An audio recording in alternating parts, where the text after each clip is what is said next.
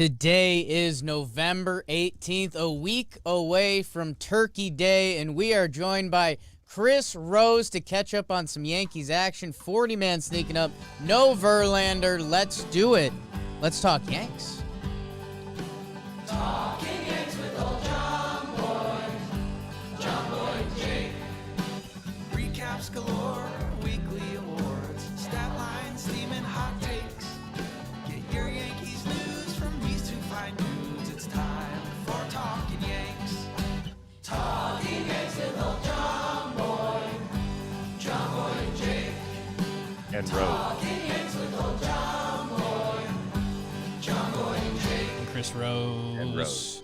What's going on, everybody? Coming live from the DraftKings studio in the Boogie Down Bronx. Myself and BBD here. The Jombino is in the teeth of early parenthood still. I checked in with him last night, and he was in it. I think he said his arm was pretty sore from carrying the baby. Not in a complaining way, just an honest way. Wait a second. Along Can I with... stop that right there. Yes, Chris Rose, please. Okay. The John baby is what, a week old, right? I think we're at 2 Two? 2 Wednesdays ago. Okay, 2 Wednesdays. He's not that heavy yet. No. Okay? If he's complaining about carrying the baby around the house after 2 weeks, wait until you take the kid to Coney Island and you've been running around all day and the kid was probably already puked 3 times and has eaten, barrels of popcorn and they're sticky and they stink. And at that point, they're like 40 pounds. And then you got to carry him up the stairs at the end of the day. Wait for that one because that's coming too in the future. The little stuff, you could carry him in one arm at the beginning. Well, I think that's...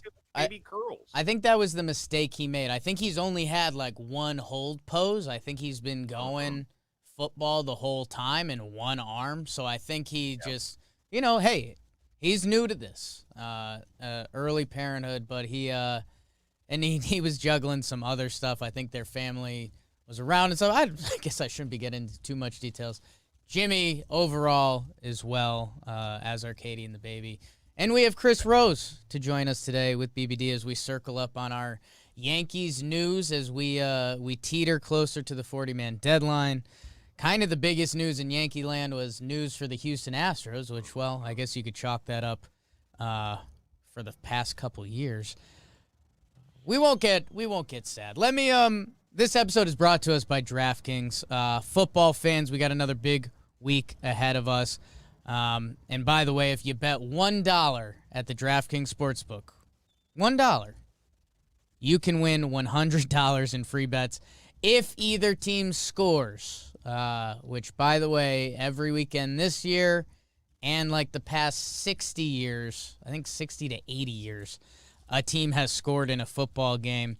So they're basically giving you $100 in free bets. If the sportsbook isn't available in your state yet, they still have kind of where they started, their daily fantasy sports at DraftKings with huge cash prizes. Download the DraftKings Sportsbook app now. Use promo code JOMBOY. Bet $1 on either team to score and win $100 in free bets if they score with promo code JOMBOY this week at the DraftKings Sportsbook, official sports betting partner of the NFL. Must be 21 or older. New Jersey, Indiana, or PA only. New customers only. Minimum $5 deposit and $1 wager required. One per customer. Restrictions apply. See DraftKings.com/sportsbook for details. Gambling problem? Call 1-800-GAMBLER. Chris Rose, thank you for hopping on. Absolutely. We with the Talkin Yanks people, we are always full disclosure. We have a lot of friends in the Yankee community. We were hoping to have one or two pop on. Jimmy just texted us a picture, you, me, and BBD, of the sore spot and what he's been doing. It is it looks like a 1930s running back pointing to his shoulder that just popped out. Should I share the Yeah, photo? I think so. It's a nice picture. So it looks like good form. Chris Rose. Looks good. Thank you for hopping on. We've been hopping on with some of the beat reporters and different people in Yankee land, and you were on here during the playoffs when you were out here. Mm-hmm. and we did some fun stuff. So we asked you to hop on. You did on short notice, and I thank you. And how are you overall? What's going on? I'm doing great. I was a little worried about you guys yesterday. I have to admit, that's a great picture. That is, I understand it, Jimmy. I got it. It's a little shoulder tendonitis. Yeah. Who knows if he'll be ready to go in spring training? Maybe he's rooting for a lockout so the timeline can get pushed heal back up. to be ready to go. We'll see. I felt for you guys. I did. I felt for you guys because I did think it was going to be between New York and the Dodgers. And then when I heard, okay, he really is partial to spring training in Florida, then I was like, wow, okay, Yankees in, makes sense. You know, they need somebody to pair with Cole at the top. Guy loves the bright lights. I was shocked he went back to Houston. Yeah. I was shocked. I thought that he and Kate, power couple, New York City, it just seemed too simple. I'm curious as to what it was. It just must be his relationship with Crane. That's it. It's so – because there were some rumors during the World Series run that Verlander wanted to be around or they wanted him to throw the first pitch or something, and then that kind of went away, and people were kind of wondering about Verlander's relationship with Houston, and then the qualifying offer, and he was going to free agency, and you're right. I mean, either, to go out with a bang. He actually, I think the three options, the only one that I think you left out that I think was fanfare was Detroit, it would be a full circle thing, and, that team does have money when they want to, and they're supposed to be coming back, and that would have been good career symmetry type stuff.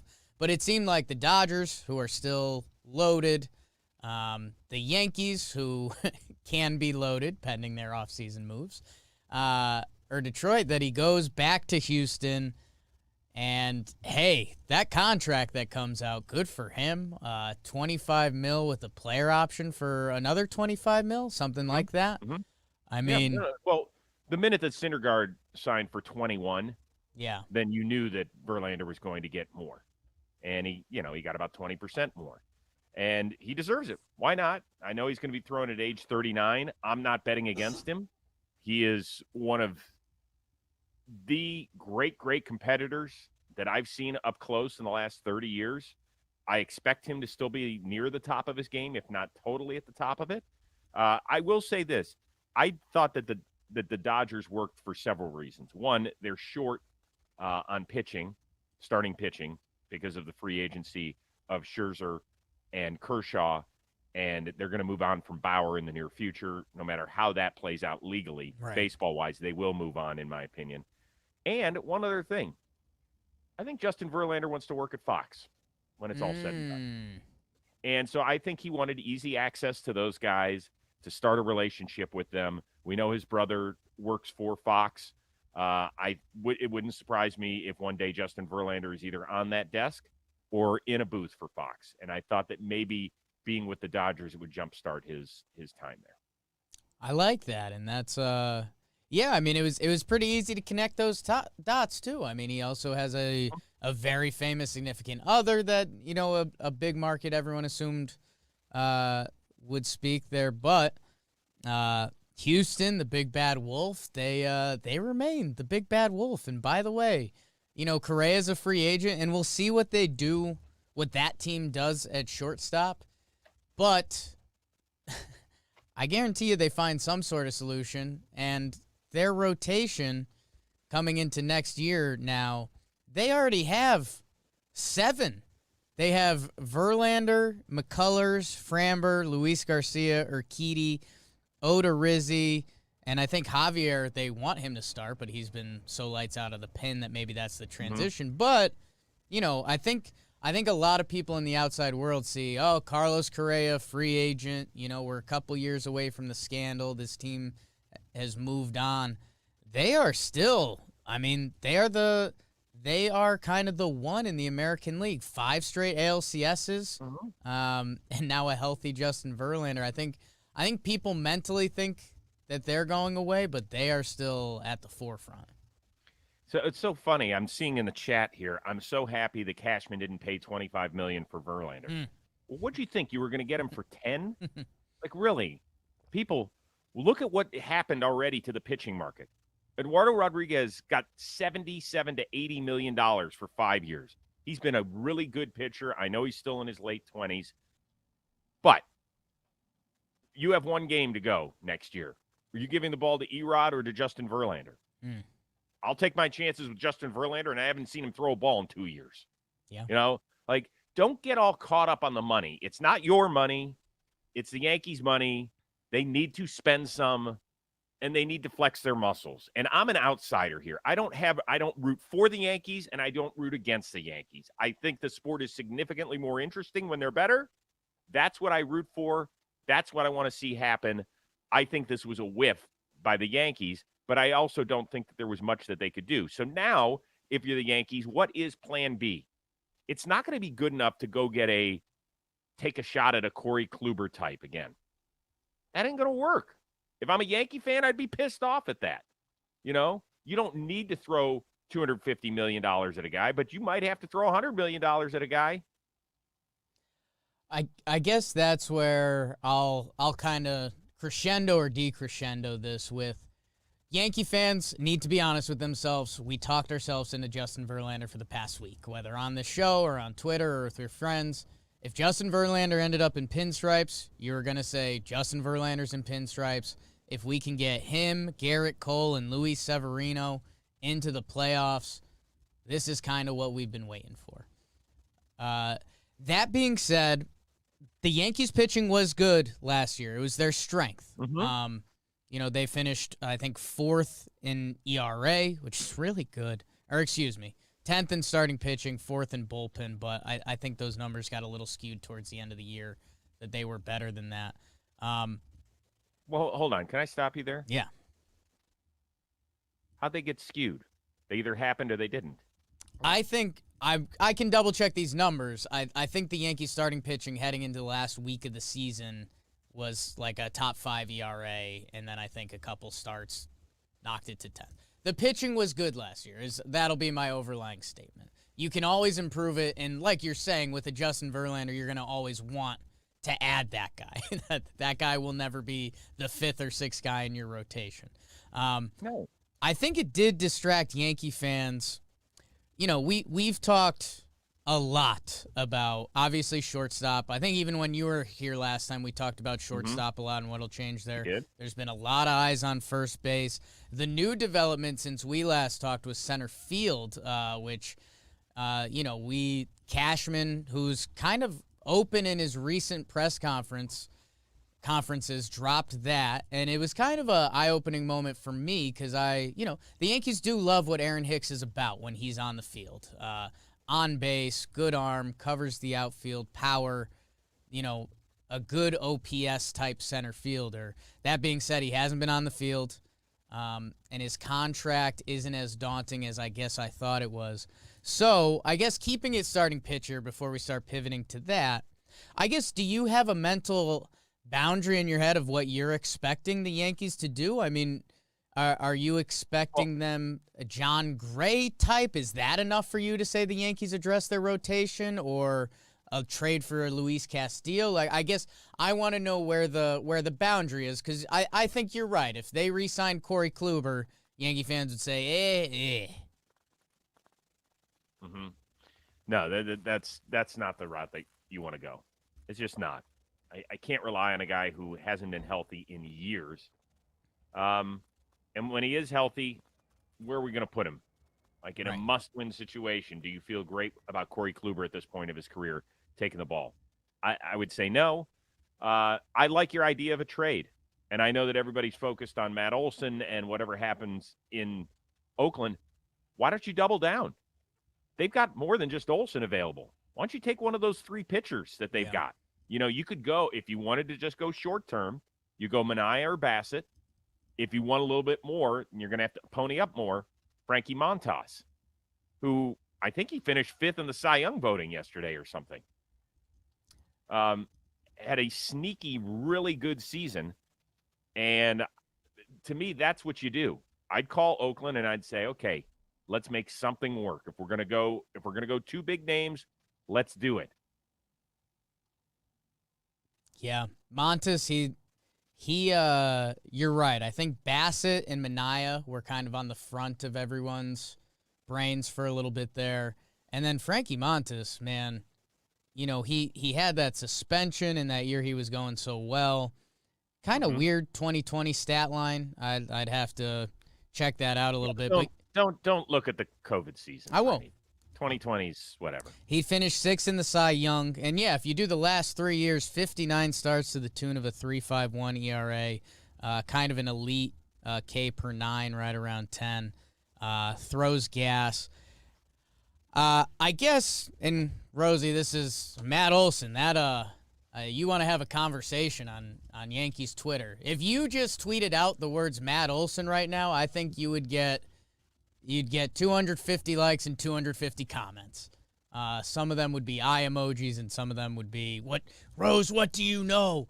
But, man, and I guess, like you said before we hopped on, the 40-man roster stuff is sneaking up, and the Yankees Nation is awaiting what that means. Is it just releasing 4 guys? Is it that 3 guys are going to get traded for other minor leaguers that don't need to be protected? Is it whatever may come from that?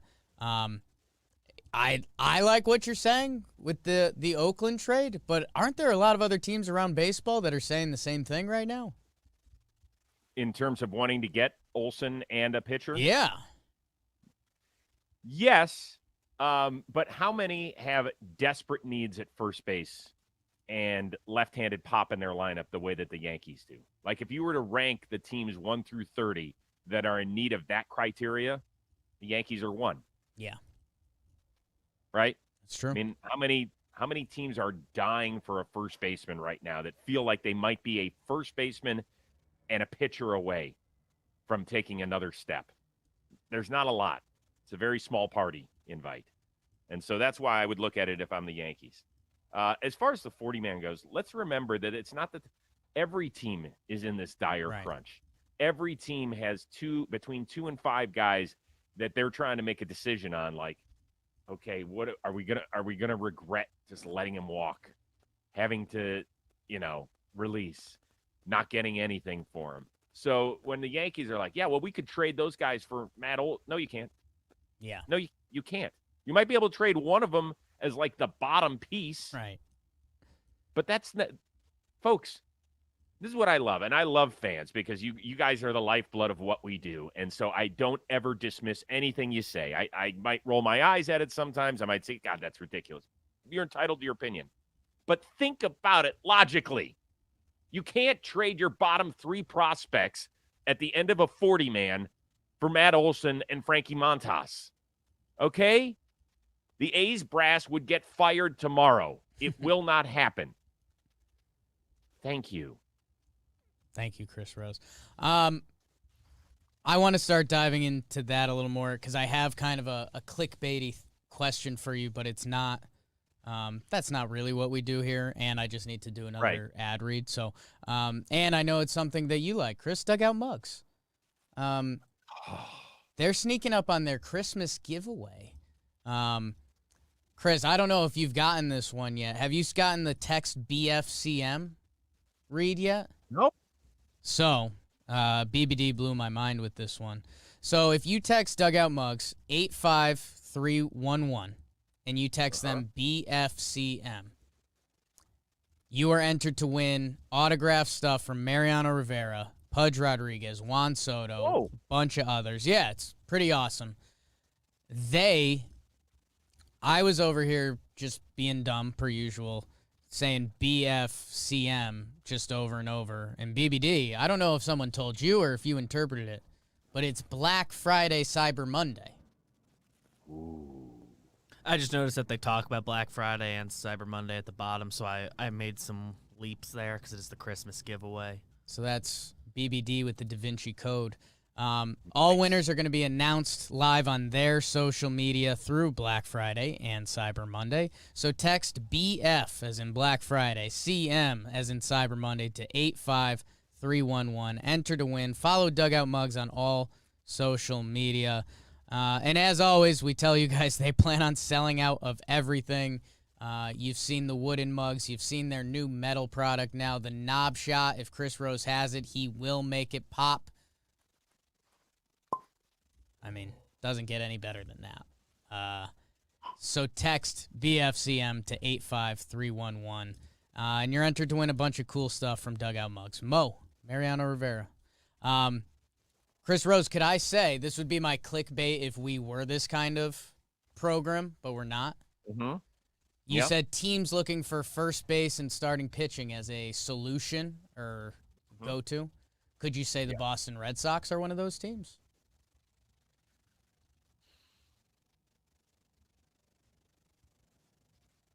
Yeah, I think you could. Okay. I do think that they're in the discussion. I think they're probably a lap back of New York on that race, in my opinion. I still think that they've got a few other things they want to try and get settled. Certainly the pitching makes sense, but I think that they need to work on that bullpen. You know, the Yankees at least feel good about where they are bullpen-wise, and so if you're Boston, I would look in that direction. So that's that. You know, when we spoke during the playoffs on Talkin' Yanks, we obviously spent a lot of time talking about shortstop. I did think that we omitted the discussion about center field and whether or not you feel great about Hicks.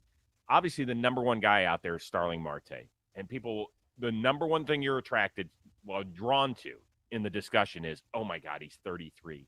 How can we pay him 4 years at 33? Is he still going to run? Is he still going to do? Do you know how old Aaron Hicks is? 33? I think he's 32. 32. So what's the difference? I'm going to take a real in-shape Starling Marte that had almost 50 steals a year ago. And you know what? If you pay him in the fourth year, he stinks. Guy's going to cover some ground. He's got a healthy body. He'll be good out there. Miguel Rojas, you know, you did the show with him the other day.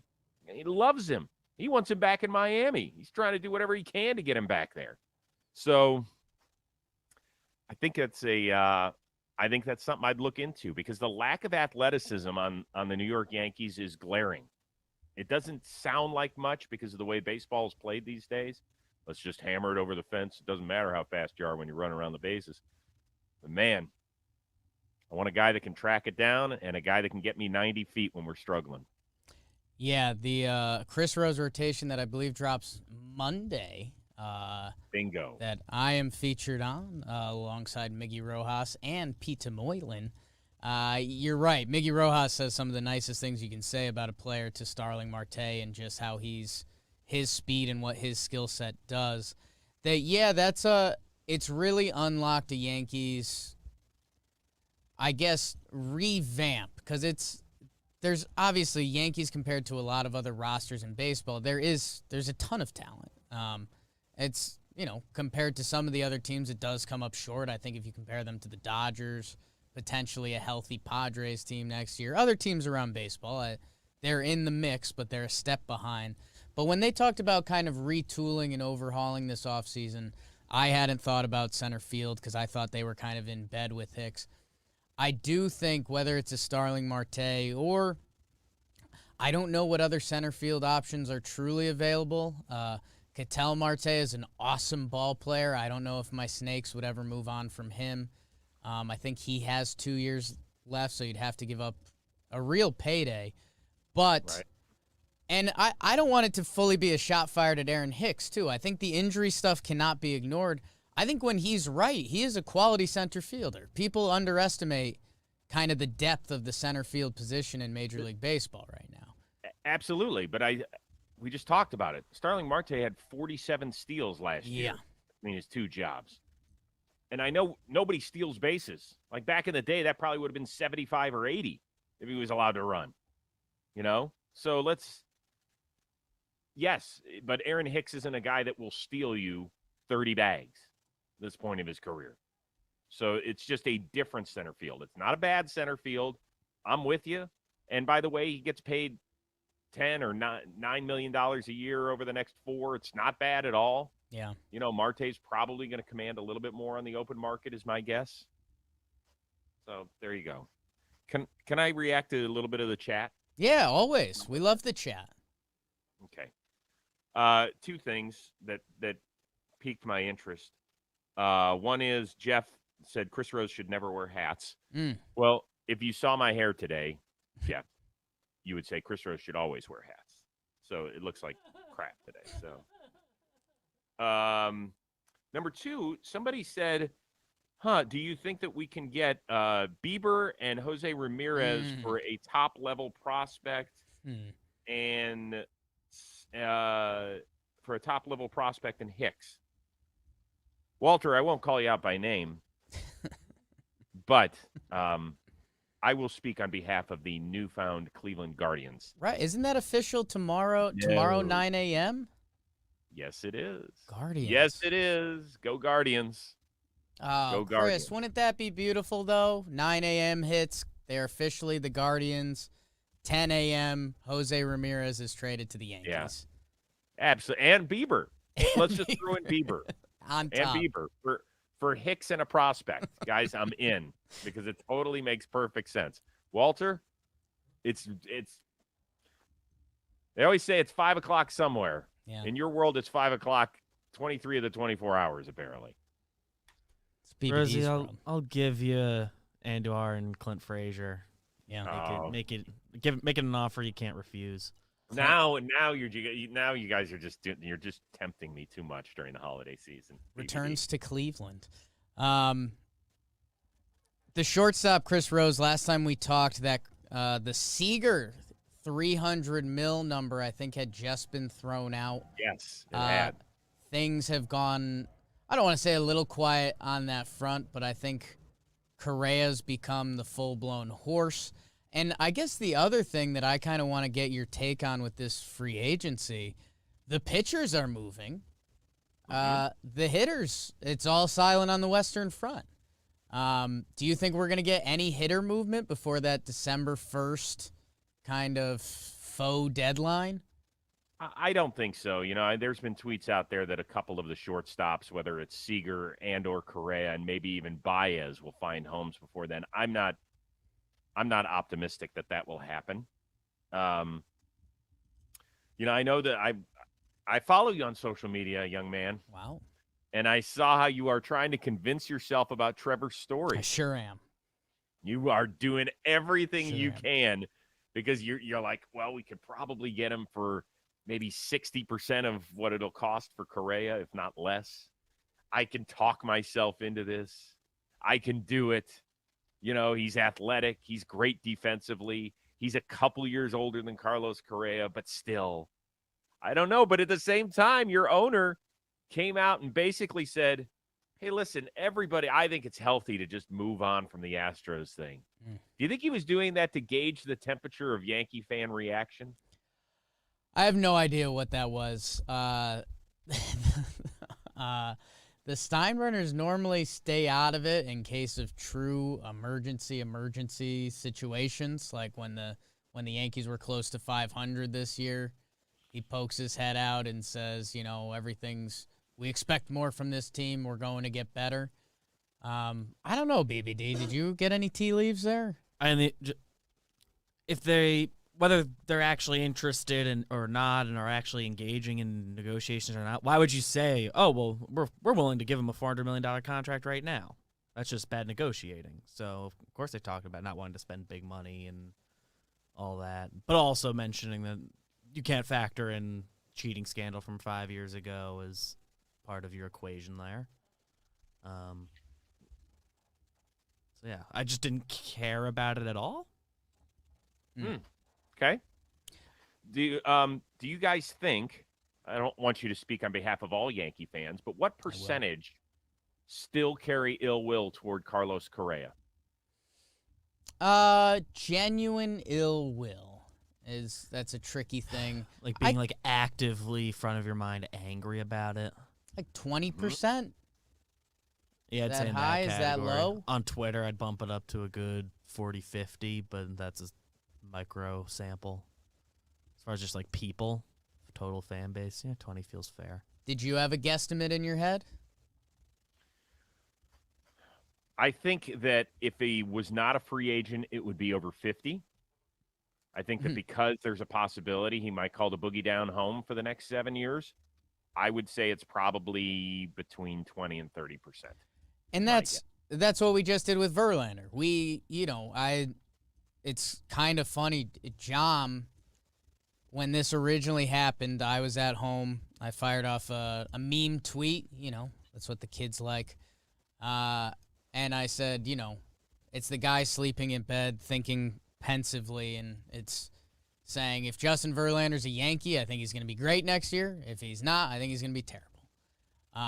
And that's a fan mindset because he's kind of been the enemy. He's been with the bad guys. Correa, it's the same boat. I do think there's a little more of a hurdle to get over because pitchers kind of can be vagabonds, especially at that later point in their career. A lot of our Yankee fans probably remember older Roger Clemens coming over for a bit, Randy Johnson.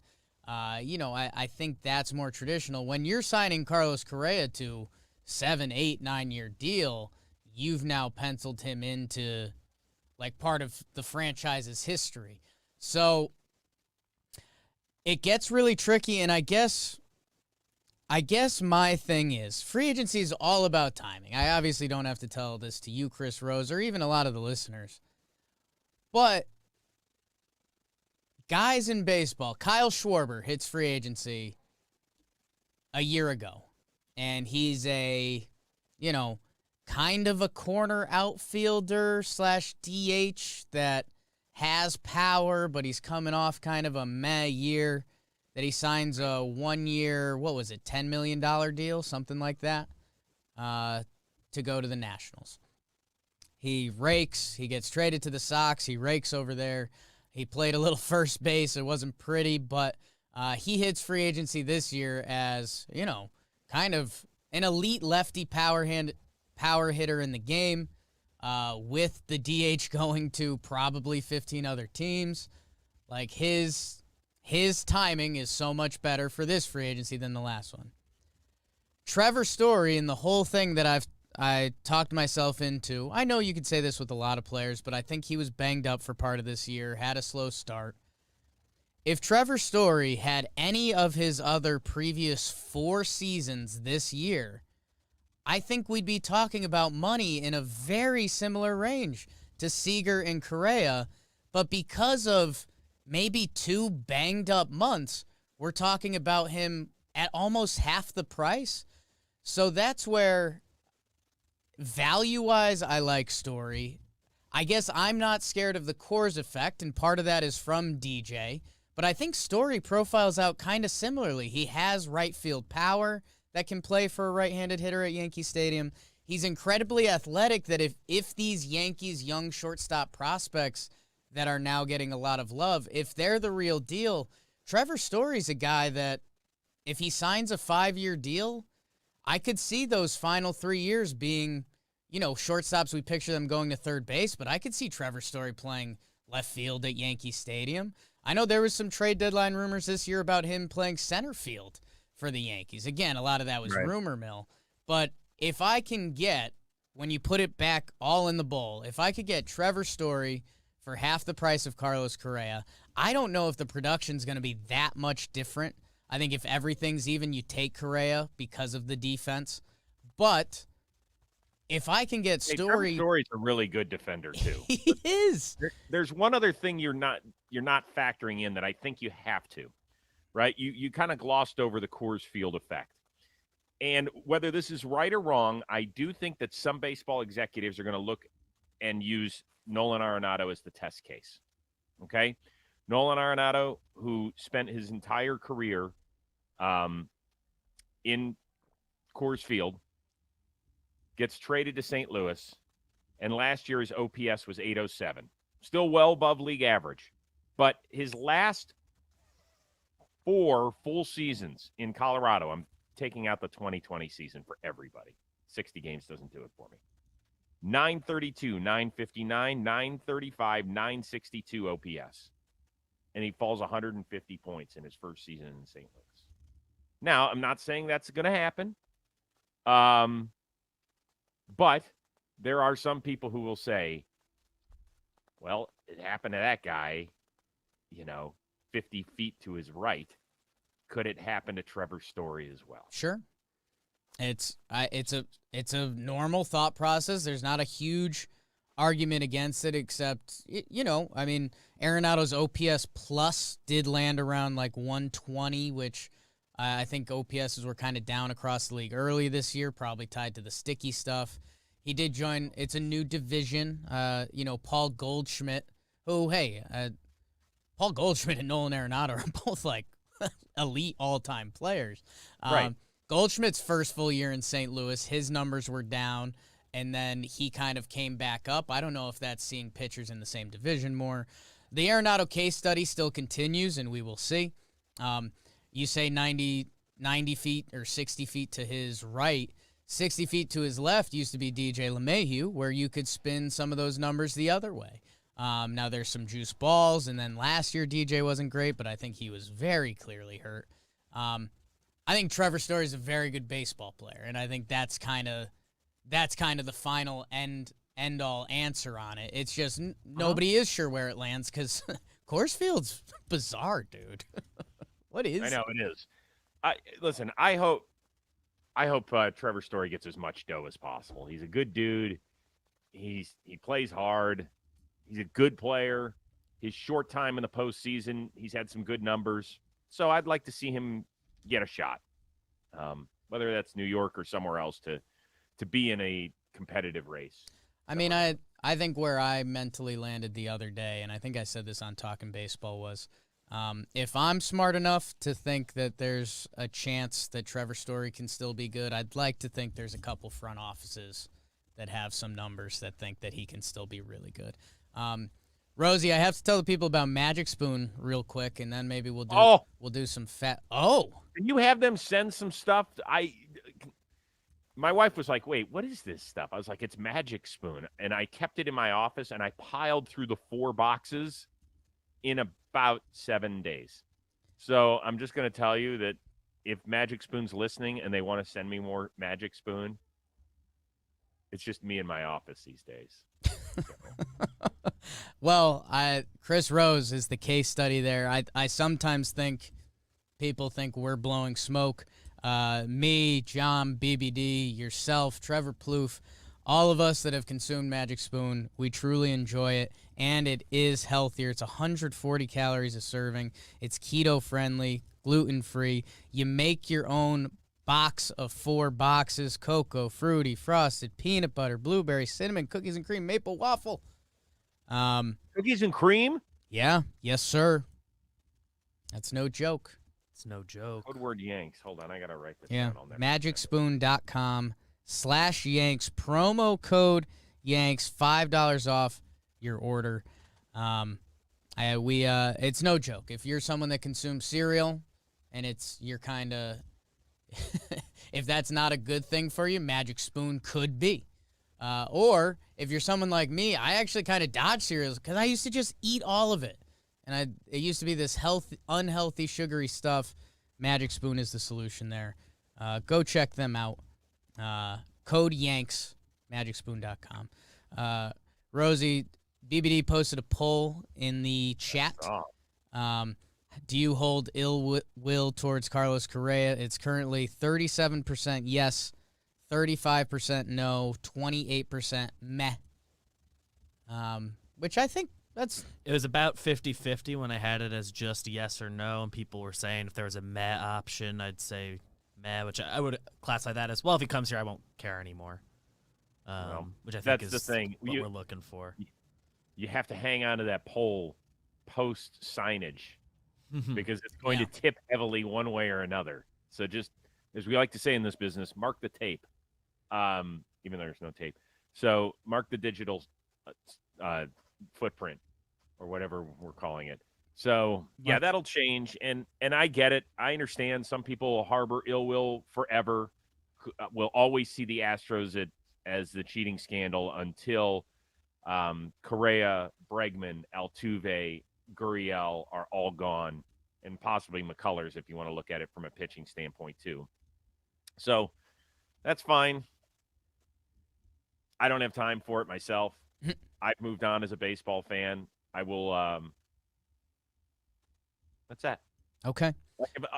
If one of those guys were a free agent considering my team, I would not have any problem with them coming to join my squad. I guess I did have in that Correa Jeter quote, I talked to our guy Joe's McFly the other day. He actually listened to the interview, which is a classic 2021 situation where the viral quote and post or whatever you want to read isn't exactly what happened.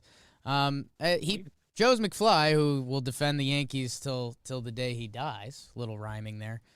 He's like, the Correa thing really wasn't that bad. He basically said that gold gloves were given to guys somewhat via popularity, and they didn't have a lot of the analytics, and he had the conversation that any one of us would have, and of course, the headline is Carlos Correa says Derek Jeter shouldn't have his gold gloves, because that makes a better headline. I do think there is a little, and John was on this when it was Correa and Verlander, that it was going to feel a little gross. We were going to feel a little grimy. Houston, like I said, the big bad wolf, I mean, two of their biggest figureheads. If the 2022 Yankees were led by Verlander and Correa, I see a little hesitation on your face. Don't you think that would have felt just a little gross? No. Okay. Because I wanted to say once and for all, I have come across a lot of wonderful, wonderful professional athletes. I've been fortunate enough to cover baseball and the NFL most closely. With that being said, you root for people all the time you don't agree with. You don't agree with the way they lead their lives. You don't agree with what they do away from the field. You don't agree with the way they see the world, what comes out of their mouth when they're away from the diamond. I'm telling you, this is fact. It's 100% fact. So if you are going to let one thing that you know about sway your fandom, I would stop it today. Because if you knew who you were rooting for on a day in and day out basis, not only in sports, okay, I say this all the time because for some reason we hold athletes in a different regard than we do other entertainers. You don't agree with all the musicians you listen to. You don't agree with all the actors or actresses. I'm just telling you, you have to be able to compartmentalize or you'll drive yourself nutty as a fan. And because maybe this was the greatest baseball scandal we have seen in our lifetime, you might feel a little differently. And you might say, well, that affected the on-field product, Chris. The rest of it doesn't, as far as I'm concerned. I can understand why you might draw that line of demarcation. Well, I think Jimmy's in the chat. I think he's watching while dadding. He said it doesn't have to do with the cheating, really. I think what he's saying is, I'm trying to think of what the comparison would be. I mean, it's the team that's had the upper hand on the Yankees, and take the cheating scandal out of it. You know, two of their best guys, you'd be signing as free agents, giving them gobbles of money to help your team. So you don't at all. You don't think there's any grease on your hands there? No. See, with the Guardians, they don't have like an arch rival, like the Yankees do with the Red Sox, or the Yankees have had over the last 5 years with the Astros since they have been top notch. But I can equate it to if the Browns signed, if TJ Watt had been available after this offseason and they brought him in, you think I'd give a shit that TJ Watt was a Steeler for 5 years? Big Ben? I'd be like, bro, come on in. What if Big Ben came over to the Cleveland Browns? Like if it had happened 8 years ago when he was still good. From a football, now that gets into the whole okay, can't stand a guy based on who he is. Yeah. But to me, that's a totally different one. Right. And it is. That is a totally different to me, that's thing. like a legal issue that wasn't done the whole way. Right. You know, I'm not talking about guys who are unfaithful and stuff like that. Like that sort of stuff happens in everyday society, and that's between people who are married. But when you're talking about bringing in people who break the law, right? That's a tough one. That's a tough one. And Okay. I've cheered for guys who've broken the law. I don't feel great about it. I've drafted people on my fantasy football team who I go, oh my God, I'm going to have to root for this guy every Yeah. week. Like, we've all been there as fans. Yeah. No, it's definitely you have to draw whatever your line in the sand is and then kind of root for the jersey because that's what we do. We're Yankees fans. Well, that's every fan base, though. Right. Every fan base. There's not one fan base where you're holier than thou. I guarantee you that. If you are, then I'll show you a hypocrite. I'll bring a mirror to the party. Yeah, I think every fan base does have it. I don't know, Rosie. I mean, are there any?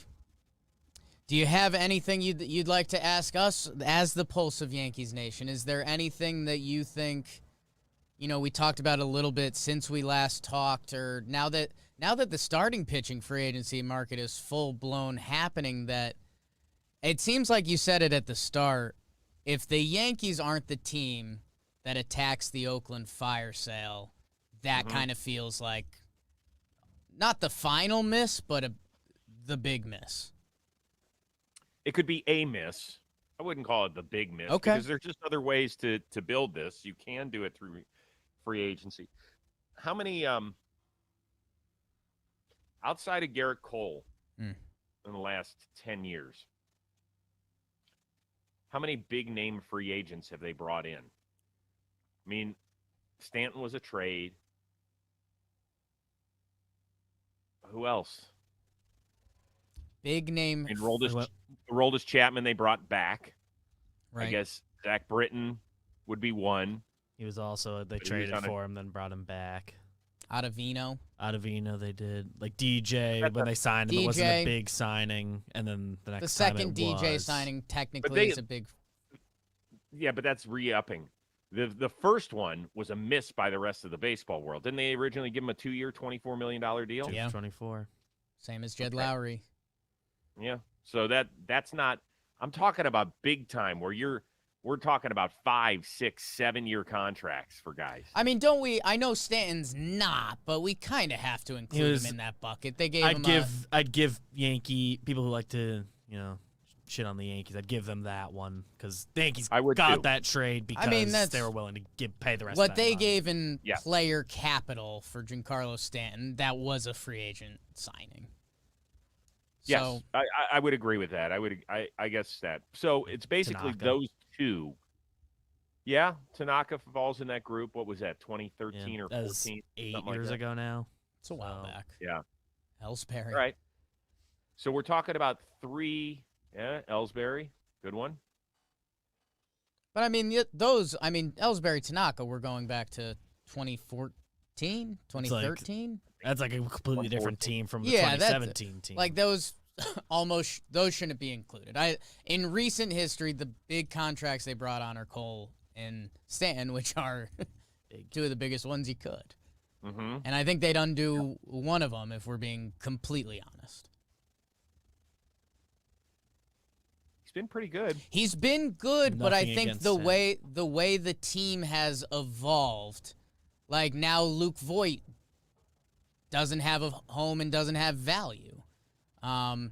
With But Luke Voit was a bit player that Right. developed into a short season home run champion.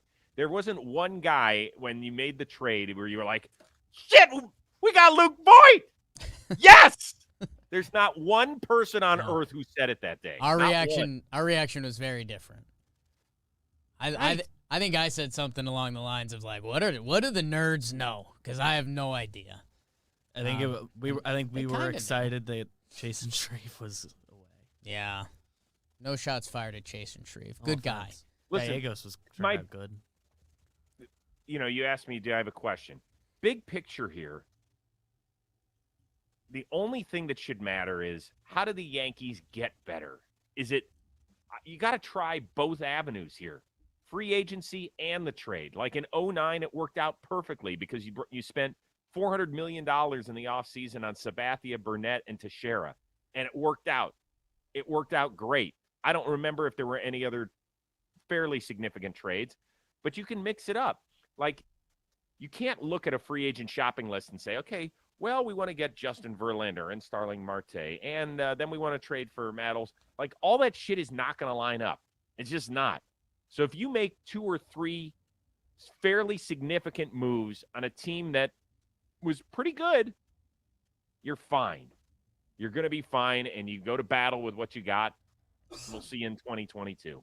Yeah, and that's the overlying thing that some of the cooler heads on Twitter, which, you know, those tweets aren't as popular, we are really at the tip of the iceberg of this free agency, because the Yankees could do a Matt Olson trade with one of those Oakland starting pitching. They could get Starling Marte, Ketel Marte, another outfielder. They could, they could bring back Rizzo. They can get creative at third base. They could. John Gray's a guy who's been on their radar for a little bit. I don't know what that looks like for a full year at Yankee Stadium, but that's someone you could talk yourself into having a nice season. And there's still other big free agents out there, like Verlander to Houston. You're right. I mean, that wasn't on anyone's tongue the past 3 weeks. The other thing that we haven't talked about at all is the fact that the Yankees are in one tough-ass division. Yes. Right? Because it doesn't matter what the Rays do in the offseason, they're still going to be. You'd be more surprised if they weren't in contention than if they were, no matter how it looks at the beginning of the season. Yeah. The Red Sox had a year where they didn't think they were going to contend, and they did. And so now they're really going to step on the gas. And the Blue Jays can smell it. And we were always told that they were going to spend big-time money once they were ready. Well, they did it last offseason with Springer. They've already extended Barrios for $130+ million. I feel like they're going to bring Robbie Ray back north of the border because they don't have to pay Bo Bichette yet. They don't have to play Vlad Jr. yet.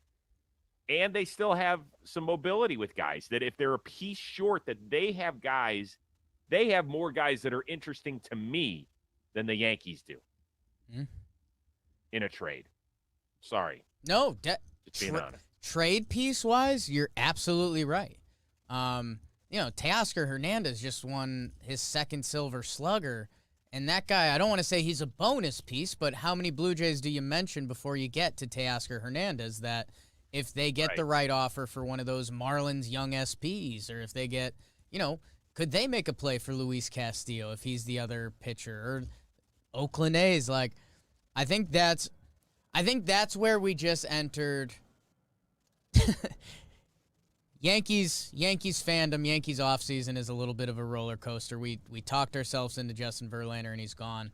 And I think for the past week and a half since the Verlander rumors really got hot, we said, okay, so we're getting Verlander. We're getting one of the big shortstops. We're going to get Matt Olson. We're going to get one of these center fielders. This team's going to be revamped.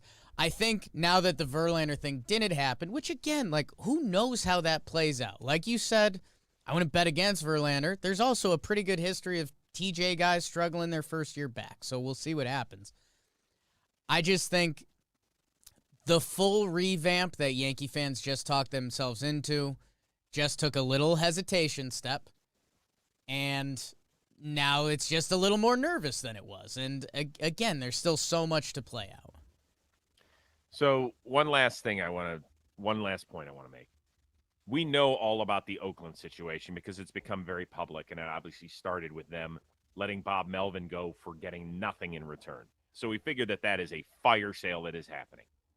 There's probably another between 4 and 6 teams that are willing to do the same thing because of the potential work stoppage, because of their inability to recover financially from the 2020 pandemic, and I'm going to throw that in air quotes because I don't ever believe it. I think that's a load of shit.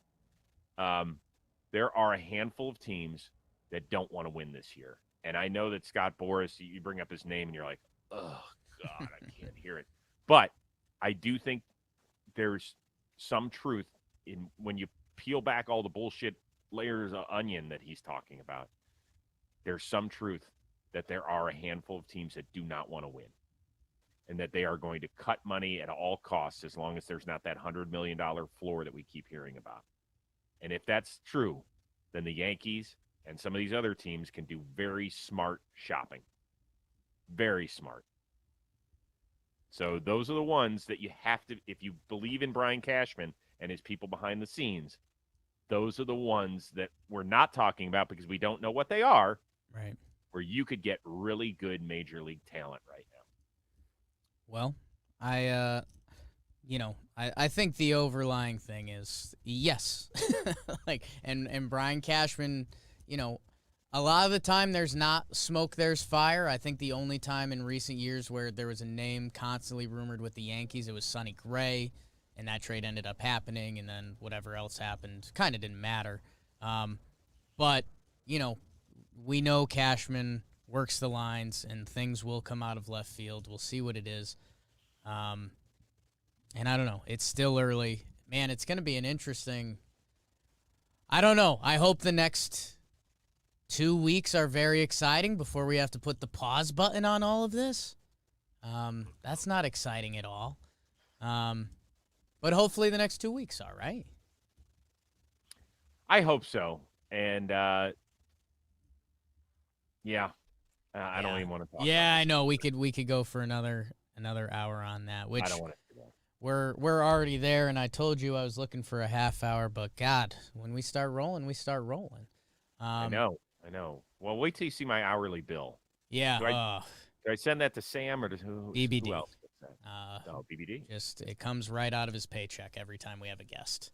Oh, perfect. Yeah, he hates Hope you like it, working but for free this week, it's a brother. bad contract. It's a really bad contract. Man, I need a new It's agent. Pippen in the 90s. Chris Rose, what should we have you announced to the people what's coming out on Monday? Can we fully announce that? Okay. I think we should because I think it'll be a lot of fun. So, if you remember at the All-Star break in somebody's drunken stupor after Home Run Derby, two of us may have been joined by Ashlyn and James for a trade fantasy draft. Yes. So it was about 2 weeks before the deadline, and we each drafted like a team full of players. And it was fun. It was fun to kind of follow that over the last several days leading up to the draft. And Ashlyn made a miraculous comeback and somehow, even though she had everybody going to Atlanta, ended up winning the draft trade. We are doing something similar with free agents. So we each drafted 8 free agents. We put them on a new or an old team and came up with the years as well. And there's a points value system where it's weighted. And it was the two of us, and it was Pete Moylan, and it was Miguel Rojas. And it was really interesting to get an active player's perspective on all this sort of stuff. He had the most fun, I think, out of the 4 of us. He loved it. It was awesome. When you told me the idea, that's speaks to my baseball fandom wholly, tying together the fantasy dream aspect of it, the GM side of it, the guessing, all of that.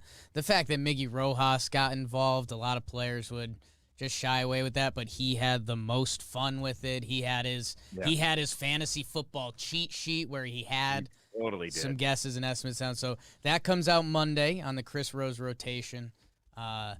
That is going to be awesome. You just had a Mitch Haniger episode drop. I'm halfway through that. I enjoyed listening to him.